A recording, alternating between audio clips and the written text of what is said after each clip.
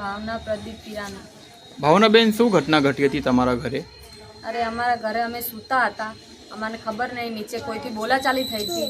એ માણસ બીજા જોડે ઝઘડતો હતો ને મારા હસબન્ડ નોકરીથી આવ્યા ઘરે, બરાબર? તો એને દેખીને ગાળો દેવા માંડ્યો। મારા હસબન્ડને લેટ ગો કરીને ઉપર આવ્યા, એ કશું ના બોલ્યા। થોડી વાર તો ભાઈ સાહેબ દંડા લઈને આવ્યા, ચાકુ લઈને આવ્યા અને નીચે મીટર તોડ્યું, ગાડી તોડી, આખું ઘરનું આખું નુકસાન કર્યું, આખું ઘર તોડ કરી નાખ્યું। મને ડાંગ મારી, દંડા માર્યા, ચાકુ મારા ઉપર આવ્યા અને ભાગી ગયા। અચ્છા, કોણ હતા એ લોકો?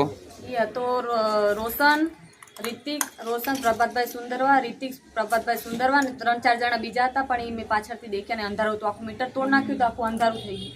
અચ્છા, કઈ જગ્યા રહે છે આ બધા? એ રહે છે આપણે સોના પાર્ક છે ને એના આગળ। શું કરે છે ધંધો? એ દારૂનો ધંધો કરે છે, પણ અમારે કાંઈ લેવા દેવા એ લોકોથી છે નહીં।